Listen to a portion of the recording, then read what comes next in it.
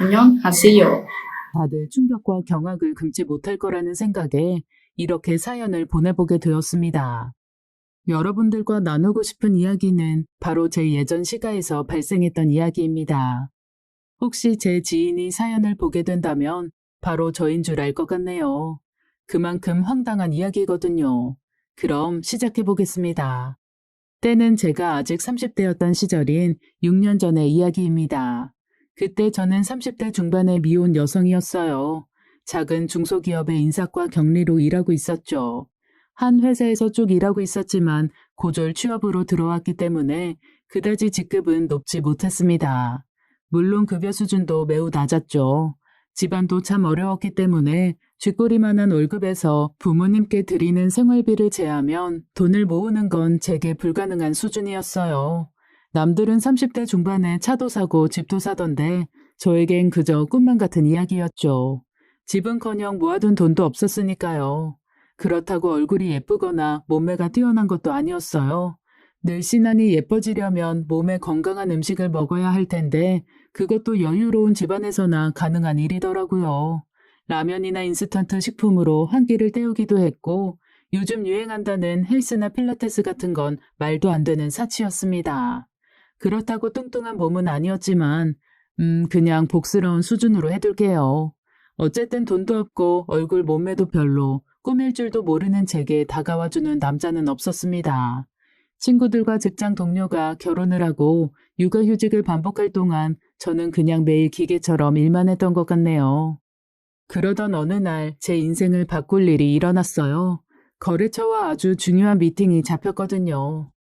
이번 미팅엔 사장님이 직접 참여하신다고 하셔서 회사 내 사람들 모두가 긴장하는 분위기였습니다.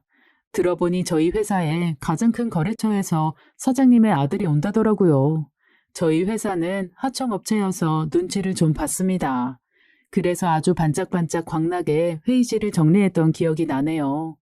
회의 시간에 칼같이 맞춰 도착하더라고요. 거래처 사장님 아들은 거기선 정재현 이사님이라고 불린다더군요. 아이고, 정 이사님, 오랜만에 뵙는 것 같습니다. 그러게요. 제가 직접 와서 부담스러우셨을 텐데. 부담스러울 게 뭐 있어요? 분위기가 화기애애해 보였고 저는 안도감이 들었습니다. 만약 미팅을 망친다면 회사 분위기가 아주 싸늘해졌을 테니까요. 그리고 정 이사님께서는 저와 또래처럼 보였어요. 한눈에 봐도 고급스러워 보이는 슈트 차림에 머리도 깔끔하게 넘겼고 목소리도 젠틀하고 얼굴도 환칠한 멋진 남자분이었어요. 저도 모르게 회의실을 힐끔힐끔 쳐다보게 되더라고요. 그리고 다른 여직원들도 같은 생각을 했는지 다들 시선이 회의실에 꽂혀 있다시피 했어요. 저희 회사 회의실은 통유리여서 안이 훤히 들여다 보였거든요. 몇 번이나 몰래 그분을 훔쳐봤어요. 그런데 자꾸만 그분과 눈이 마주치지 뭐예요. 몇 번 그 상황이 반복되길래 저는 더 이상 훔쳐보지 않았습니다. 그렇게 미팅이 끝났고 저는 회의실 청소를 하려고 몸을 일으켰어요. 그런데 미팅이 끝난 그분께서 갑자기 제게로 다가오는 겁니다. 김진아 씨, 혹시 생년월일이 어떻게 돼요? 저요? 저는 몹시 당황했고 주변에서도 어머, 뭐야? 무슨 일이야? 이렇듯 술렁거리니 부끄러운 마음도 들었죠. 이름은 자리에 있는 팻말을 봐서 알아낸 것 같았어요. 저는 이 상황을 빨리 벗어나고 싶은 맘에 생년월일을 읊어줬죠. 혹시 이름에 이 한자가 들어가요? 맞아요. 그걸 어떻게 하셨어요? 신기하게도 제 이름에 들어가는 한자를 정확히 말하는 겁니다. 그렇게 흔한 한자는 아니었는데 단번에 맞히는 모습에 참 신기하고 놀라웠습니다. 그리고 또 이상한 마음이 들었죠. 이 남자가 왜 자꾸 나한테 관심을 가지지? 그리고 정말 믿기지 않는 일이 일어났죠. 혹시 진아 씨 휴대폰 번호 알 수 있을까요? 어머, 웬일이야?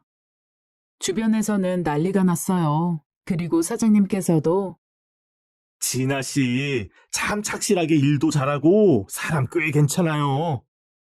그러시고 잘해보라는 말에 저는 연락처를 알려드릴 수밖에 없었습니다. 뭐 잘해보고 싶은 마음도 분명히 있었죠. 그렇게 그분께서 제 연락처를 물으신 뒤 나갔고 곧바로 연락이 왔어요. 아주 적극적으로 대시하더라고요. 저희는 곧장 데이트를 하게 되었습니다. 고급스러운 식당을 예약해두고 외제차를 몰고 절 데리러 오더라고요. 저는 그날 여직원들의 부러운 눈총을 잔뜩 받았어요. 그렇게 비싼 식당은 제 인생에서 처음 가봤었습니다. 너무 비싼 가격표에 당황해서 우왕좌왕만 하고 있자 이 식당에서는 A 코스가 유명해요. 식전빵과 스프, 그리고 사이드 디시를 고를 수 있고 스테이크까지 나와요. 굽기는 미디엄으로 먹으면 딱 좋을 것 같은데 어때요? 네, 저는 다 좋아요. 제가 잘 몰라서 아무거나 다 좋아요. 그럼 제가 시켜드릴게요. 입맛에 잘 맞을 거예요. 제가 너무 몰라서 좀 그렇죠. 아니요. 제 눈에는 귀엽기만 한걸요. 그분께서는 다정하게 하나씩 어떤 메뉴인지 알려주었고 저희는 코스 요리 2개를 시켜 먹었어요. 정말 제 인생에서 가장 맛있는 식사를 그날 했습니다. 다정다감한 모습에 저는 홀딱 반해버리고 말았죠. 그러면서 속으론 의심도 살짝 들었습니다. 저렇게 멋진 남자가 왜 나처럼 평범한 여자한테 잘해주지? 이해가 잘 안 됐어요. 그래서 주변에 고민 상담 요청도 했었죠. 그때마다 상담해주는 사람들이 너 정말 땡 잡은 거야. 그 남자 놓치지 마. 너 지금 나한테 자랑하는 거니? 이렇게 말하곤 했습니다. 저는 그럴 때마다 아니라고 말했지만 속으론 기분이 으쓱했던 것 같기도 해요. 주변에서 이렇게 말할 정도였으니 말 안 해도 그 남자가 저보다 훨씬 우위의 조건이었던 건 다들 아시겠죠? 자존심이 상했지만 저는 결국 단도직입적으로 물어보았습니다. 재현 씨는 내가 왜 좋아요? 그분의 대답은 조금 놀라웠어요. 난 진아 씨처럼 순수한 여자가 좋아요. 아주 달콤한 말만 해주었죠. 점점 그분이 절 왜 좋아하는지 설득당했어요. 돈만 보고 달려드는 사람들에게 넌덜머리가 난 모양이야. 라고 생각했죠. 게다가 한참 드라마에서 신데렐라 스토리가 많이 나오더군요. 날 이렇게 대한 여자는 네가 처음이야. 이와 같은 맥락에서 비롯되었던 거예요. 그렇게 제 의심은 자연스럽게 줄어들었고 저는 진지하게 그분과 교제를 시작했죠. 재현 씨는 저희 가족들에게도 참 잘했어요. 명절 선물도 해주고 집안 가전제품도 바꿔주고 심지어 부모님 생신까지 챙겨주더라고요. 저희 부모님 역시 젠틀한 재현 씨에게 마음을 빼앗겼죠. 너 그 사람 절대 놓치지 말아라. 아주 인간성 좋은 남자인 것 같아, 엄마가 보기에도. 엄마도 절대 저 남자 놓쳐선 안 된다며 신신당부를 하셨어요. 저희가 나이가 좀 있다 보니 재현 씨는 슬슬 결혼 이야기를 꺼내기 시작했어요. 사실 저 역시도 결혼하기 좀 늦은 나이기도 했고 더 지나면 아이를 낳았을 때 노산일까봐 결혼에 동의했어요. 그렇게 저는 멋진 호텔에서 프로포즈까지 받았습니다. 그런데 프로포즈까지 받고 나니 현실적인 문제들이 떠올랐어요. 혼수는 어떻게 하지? 결혼식 비용도 만만치 않을 텐데. 우리 부모님께 지원을 부탁드리기도 어려울 테고. 부모님은 수입이 거의 없으셔서 제가 드린 생활비로만 생활하셨기 때문에 목돈 모아둔 건 없을 거라고 생각했어요. 저 역시도 목돈 없는 건 마찬가지였고요. 재현 씨와 함께 살 집에 들어갈 가전제품 구경을 할 때 제 표정이 좋지 못했나 봐요. 얼굴이 왜 그래요? 마음에 안 들어요? 아니요, 마음에 들긴 하는데. 저도 모르게 가격표 쪽으로 눈길이 갔습니다. 하지만 돈이 없어서 그런다고 어떻게 말할 수가 있겠어요. 섬세한 재현 씨는 제 사소한 표정 변화조차 모두 눈치챘어요. 결국 제가 상처받지 않게 먼저 질문하더라고요. 저는 재현 씨에게 제 경제적인 형편을 모두 털어놨습니다. 한참이나 말이 없던 재현 씨는 살짝 화가 난 것처럼 보였어요. 저는 풀이 죽고 말았죠. 재현 씨의 입에서 나온 말은 제 생각과 전혀 달랐어요. 그런 이야기는 미리 해주지 그랬어요. 괜히 진아 씨 혼자서 끙끙 앓게 됐잖아요. 미안해요. 실망할까봐 그랬어요. 내가 진아 씨한테 실망이요? 진아 씨는 내 인생의 복덩이에요. 혼수 그런 거 신경 쓰지 말아요. 내가 다 알아서 할 테니까. 나는 진아 씨가 몸만 와주는 것만으로도 감사해요. 세상에 이런 남자가 있다는 걸 전 처음 알았습니다. 재현 씨는 꼭 드라마에서 튀어나온 남자 주인공 같았죠. 그렇게 혼수 이야기는 일단락 되는 듯 했지만 아직 문제는 끝이 아니었습니다. 사실 당사자인 재현 씨가 아닌 시댁에서는 또 의견이 다를 것 같았거든요. 저라도 제 며느리가 땡전 한 푼 없이 들어온다면 첫인상이 참 별로일 것 같다는 생각이 들었으니까요. 그렇게 또 시댁 식구들을 처음 보는 자리가 다가올수록 가슴이 콩닥콩닥 뛰고 그랬었습니다. 떨리는 마음으로 시댁 식구들을 처음 뵙는 날이 됐어요. 저는 깔끔한 한정식집을 생각하고 있었는데 재현 씨가 그러더군요. 우리 집으로 갈 거예요. 집으로요? 처음 보는 자리라서 외식으로 갈 줄 알았는데 집으로 간다고 해서 의외였어요. 제가 되묻자 재현 씨가 부연 설명을 덧붙였습니다. 어머니가 몸이 좀 안 좋아요. 바깥으로 나가면 불편하실까 봐요. 그런 얘기는 처음 들어요. 시어머니 되실 분께서 건강에 조금 문제가 있다고 하더라고요. 처음 듣는 이야기라 당황했지만 티내지 않고 재현 씨 집으로 갔어요. 제가 사는 집과는 다르게 재현 씨 집은 정말 화려했습니다. 전원주택이었는데 마당도 있고 집은 대감님 집처럼 넓었어요. 바퀴벌레 한 마리 살지 않을 것 같더라고요. 뭔가 제가 발을 디뎌선 안 될 것 같은 기분이 들 정도였어요. 이렇게 멋진 곳에서 사는 사람들과 저는 어울릴 수 없는 사람처럼 느껴졌거든요. 시댁 식구분들 얼굴을 딱 뵙게 됐을 때 너무 기가 죽었어요. 다들 늘씬하고 키도 크고 우아하더라고요. 저와는 다른 세계의 사람들 같았죠. 다들 저를 싫어하실 거라고 생각해서 의기소침해졌습니다. 현관문 앞에 서서 뭔가 죄인처럼 인사를 하는데 드르륵 드르륵 하는 소리가 들리더라고요. 그래서 뭐지? 하고 보는데 기품이 느껴지는 분께서 휠체어에 앉아서 나오시더군요. 저는 단번에 알아차렸어요. 아, 몸이 안 좋으시다는 게 다리가 불편하신 거였어요. 저는 깜짝 놀랐지만 바로 인사를 드렸고 온화하게 웃으면서 맞아주셨죠. 시댁 식구들은 정말 천사 같으셨어요. 쥐뿔도 없는 저를 너무 환영해 주셨거든요. 생전 듣지도 보지도 못한 음식들도 전부 저를 위해 준비하셨다고 했어요. 저는 환대받지 못할 거라고 생각했는데 식사를 하면서 이런저런 질문이 오갔어요. 그래서 저도 저희 쪽 경제적인 상황 등을 솔직하게 말씀드렸죠. 그런데 다들 그런 것 따윈 상관없이 굴었어요. 아, 이야기하면서 몇 가지 마음에 걸린 건 있었죠. 이름이 진하던데 한자 이거 쓰는 거 맞아요? 네, 맞아요. 말씀 편하게 하세요. 그럴까? 8월 23일 생년월일은 이게 맞니? 네? 아, 맞아요. 사주에 나무가 가득하겠구나. 재현 씨가 했던 말과 비슷한 말을 하시는 거 있죠? 사주 이런 걸 되게 믿는 집안인가 보다 생각이 들었어요. 우리 아들은 불의 기운이 강해서 나무 같은 여자를 만나야 한단다. 사주를 보니 제가 운명이라며 저를 꼭 안아주셨습니다. 그런데 가만히 생각해보면 뭔가 이상했어요. 지금에서 생각해보면 다 이유가 있었지만 불의 기운이 강하면 나무 같은 여자를 만나야 한다는 게 사실 이해가 좀 안 됐거든요. 나무가 불 옆에 있으면 타 죽지 않나? 땔감이 되어준다는 뜻일까? 복잡했지만 사실 그렇게 자세히 따지고 될 상황은 아니었고 조건이 부족한 저를 받아주신 것에 감사했죠. 그리고 마지막으로 이렇게 말씀하셨어요. 우리 아들이 사랑하는 여자면 다 된 거 아니겠어? 모두 제 선입견이었던 거예요. 저는 우아하신 말씀에 너무 부끄러웠어요.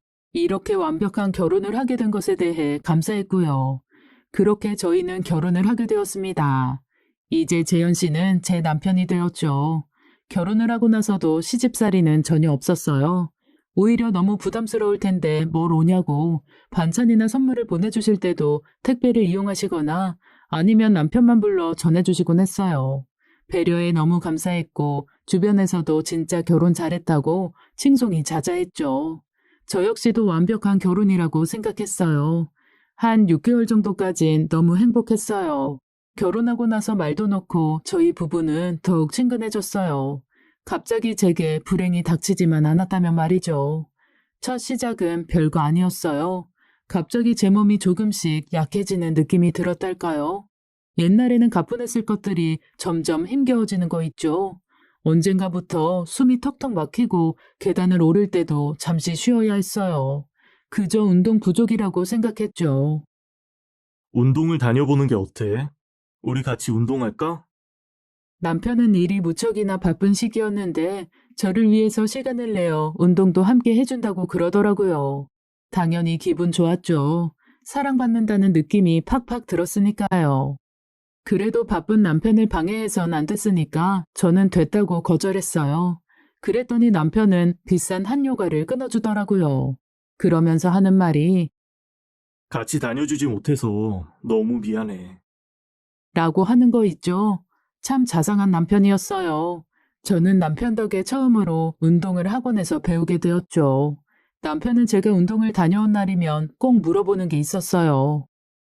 오늘 땀은 많이 흘렸어? 많이 흘렸지. 왜 이렇게 항상 땀을 많이 흘렸는지 물어봐. 운동에서 땀 흘리는 게 건강에 참 좋대. 이상할 정도로 집요하게 늘 땀을 흘렸는지 물어봤어요. 귀찮을 법도 한데 하루도 빠짐없이 늘 말이에요. 저는 제 몸을 걱정해주는 거라고 생각했죠. 그런데 정말 이상한 건 다른 거였어요. 아가, 요새 한요가 다닌다면서? 어떻게 하셨어요? 글쎄, 원래 한 번을 전화하는 분이 아니셨는데 전화가 온 거 있죠. 그리고 묻는 말씀이 땀을 많이 흘려야 된다. 너는 땀을 많이 흘려줘야 돼. 네 사주에는 땀을 많이 흘려야 한다고 나온단다. 네, 걱정해 주셔서 감사해요. 그놈의 땀, 왜들 이렇게 땀 흘리는 거에 집착하시는지.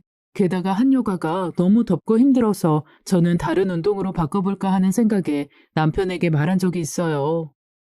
다른 운동은 안 돼. 땀을 많이 흘리는 운동이 그게 최고래. 라고 저를 말리더라고요. 조금 힘들다 보면 적응되어 힘들지 않을 거라고요.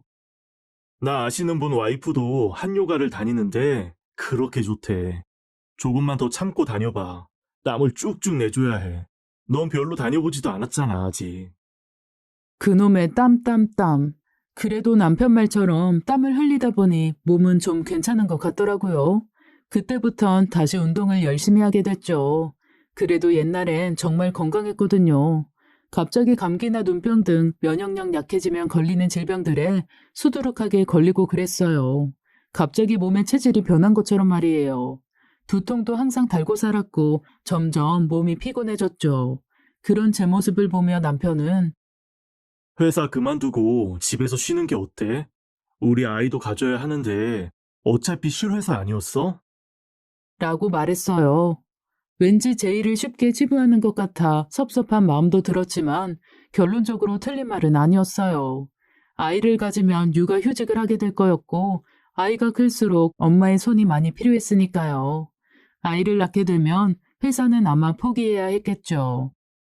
시기를 조금 이르게 당긴다고 생각해. 난 내 아내 몸 상하는 꼴 보기 너무 힘들어. 다정한 말에 저는 넘어가고 회사에는 일단은 휴직계를 냈죠. 제가 장기 근속 직원이다 보니 사장님께서 오케이를 했어요. 그리고 제가 남편과 결혼한 뒤로 늘 대우를 잘해주셨기도 했고요. 회사를 그만두고 집에만 있었는데 몸은 더욱 안 좋아졌어요. 아이를 낳을 준비도 하려고 했는데 피곤한 몸 때문에 어려워졌죠. 제가 너무 미안해 할 때마다 남편은 난 네 몸이 최우선이야. 아이는 언제든 낳을 수 있는 거니까 아프지 않을 생각만 해. 라고 했어요.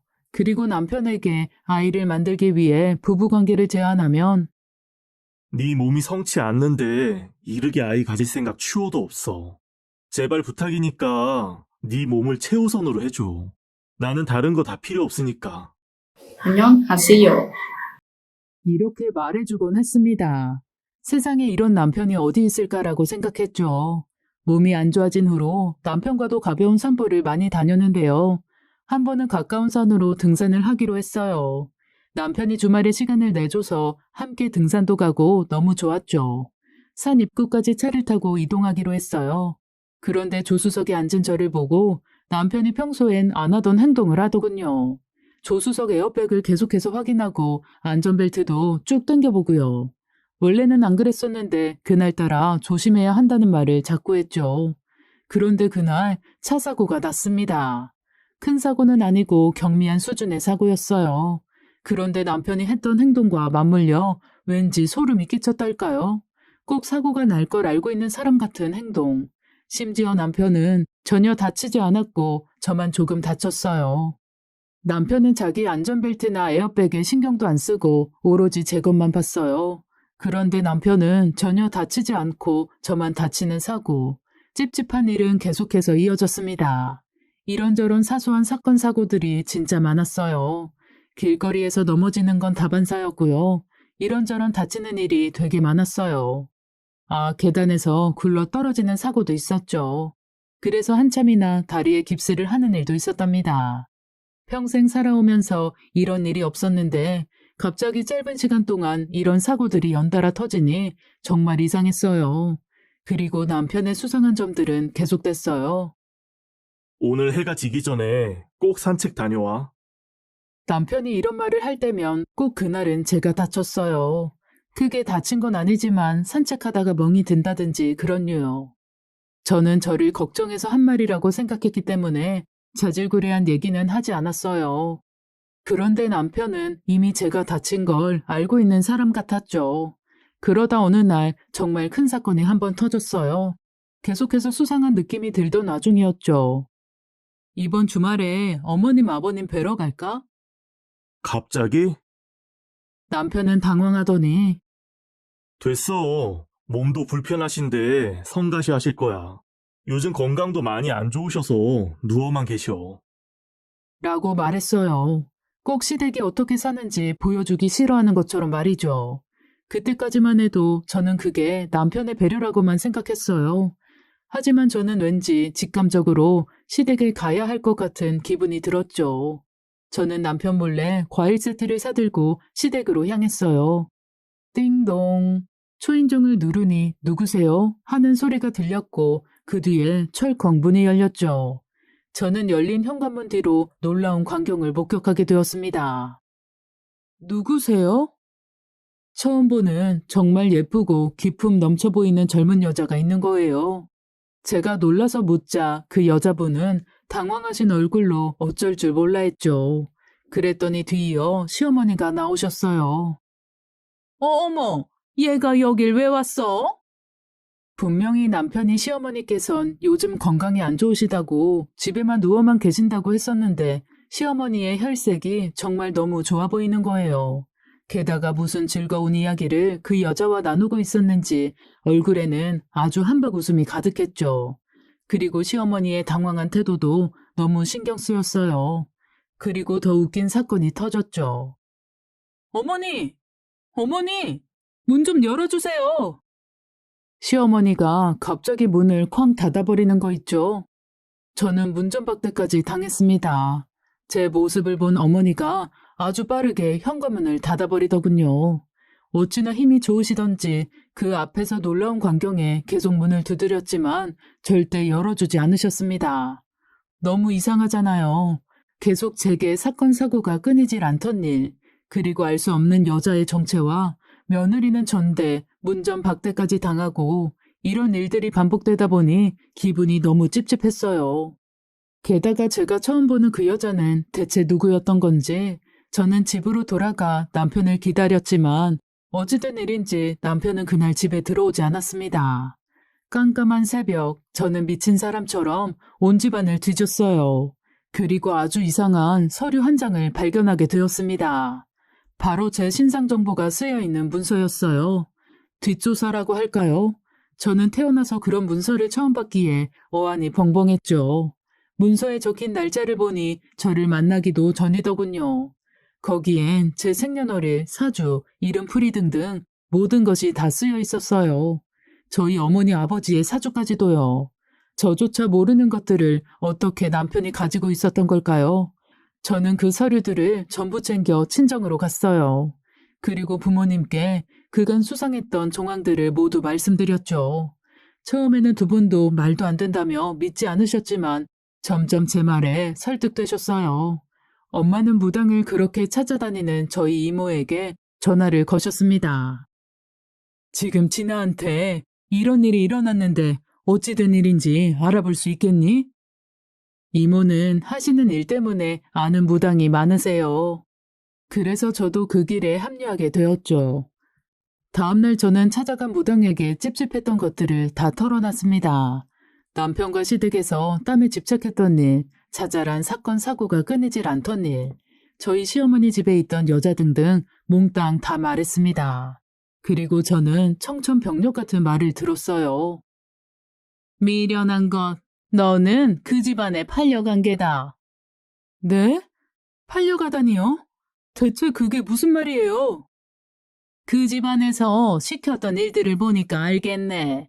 땀을 자꾸 빼라고 했던 건 네 체질을 바꾸기 위해서일 거야. 네가 가져온 남편 사주를 보니 아내복이 없어. 여자와 상성이 잘 안 맞는 남자야. 그런데 사주를 그렇게 믿는 집안에서 너와 결혼을 시켰다? 이거 말이 안 돼. 결혼 잘못한 거야. 분명 그쪽에서 무슨 꿍꿍이를 감추고 있을 거다. 완벽한 왕자님이었는 줄 알았던 남편이었는데 그러고 보니 제가 그렇게 아플 동안 시댁 식구들은 관심 한 번 주지 않았었습니다. 하다못해 안부 문자 한 번 없었어요. 시가에 갔더니 여자가 있었다고? 네, 시어머니와 사이가 엄청 좋아 보였어요.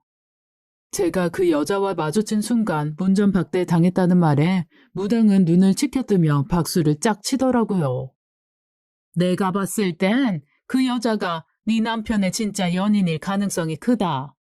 네 남편의 사주를 보니까 보통의 여자와 엮이면 객사할 사주야. 그런데 네 사주와 합쳐지면서 그게 아주 옅어졌어. 곧 너를 버리고 그 여자랑 살림을 합치려고 했을 것 같다. 그럼 저는 이제 어떻게 해야 하나요? 라고 묻자 무당은 부적을 한 개 써줬고 앞으로 체질을 다시 냉하게 바꿔야 한다고 했습니다.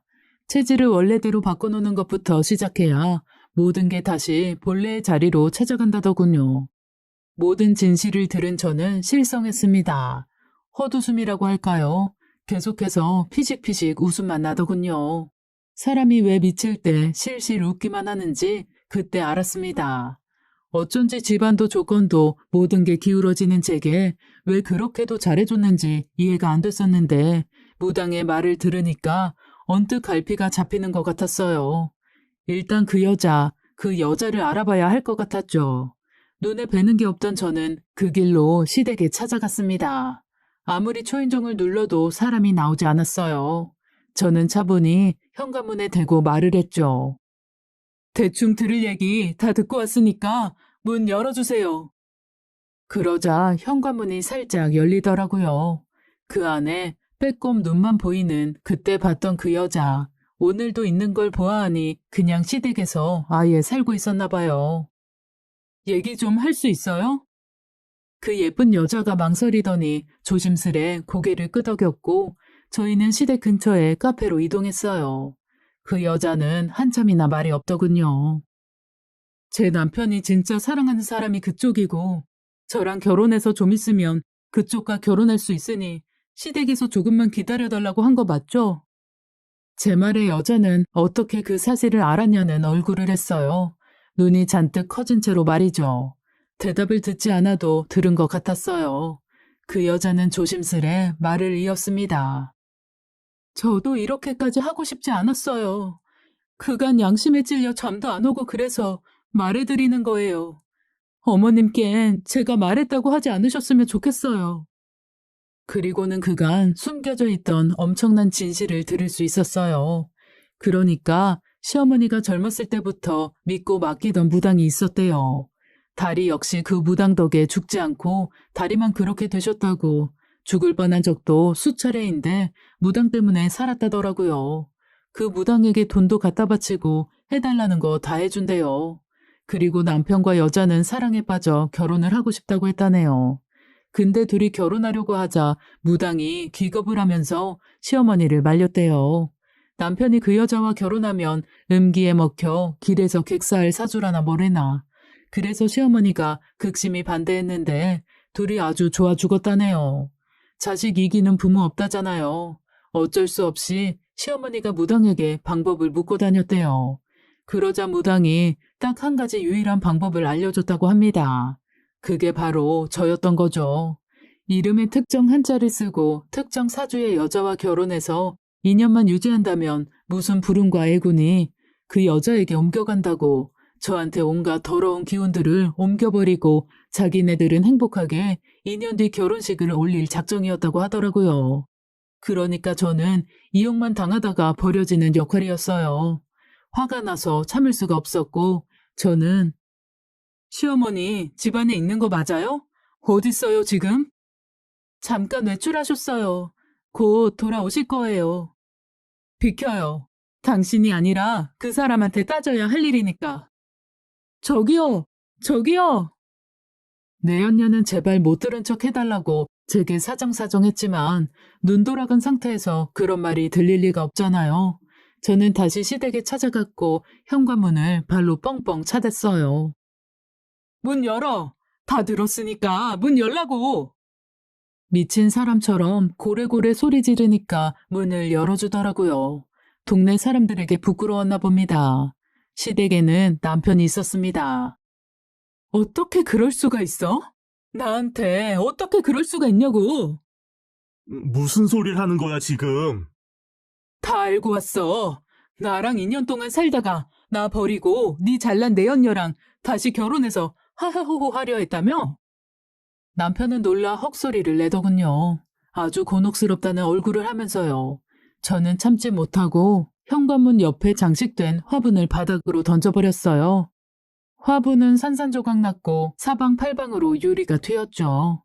시끄러운 소리에 뒤따라 나온 시모의 눈이 아주 땡그랗게 커지더군요.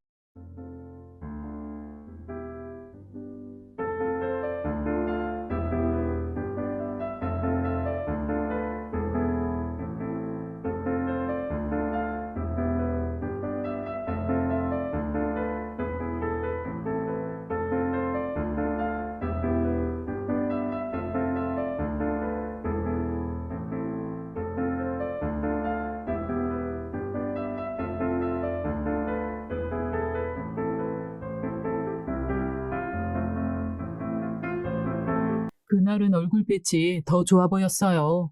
도무지 환자라고 생각될 수 없을 만큼 말이죠.